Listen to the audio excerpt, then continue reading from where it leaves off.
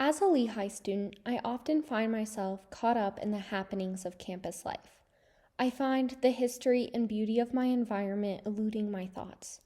However, it is in the pieces of art marking the walkways and building entrances that I find moments of inspiration.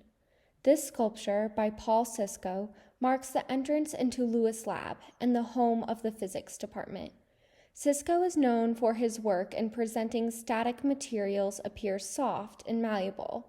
When I spoke with Sisko about the thought process behind the From Fractured series works, he described it as a very economic approach where I didn't waste any materials. There were literally no scraps except for the saw cut.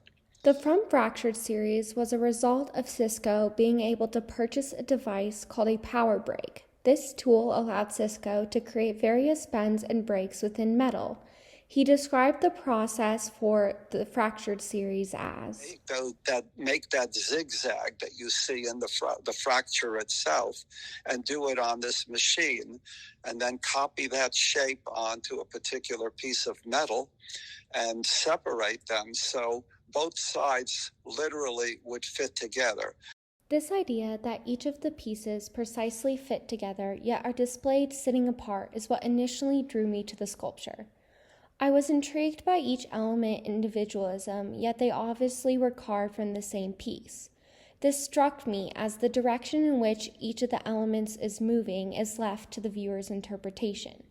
This idea of coming and going, separating or joining, plays a fundamental role in college, as we each are transitioning and transforming from one stage to the next. When I spoke with Sisko about what he hoped this piece would communicate to students, he spoke about the impact of external forces and the ways they can change and transform original shapes. Sisko has recently retired from sculpting and now spends his time creating through the art of gardening. But he leaves students with some words of advice. As much a body of work as you can.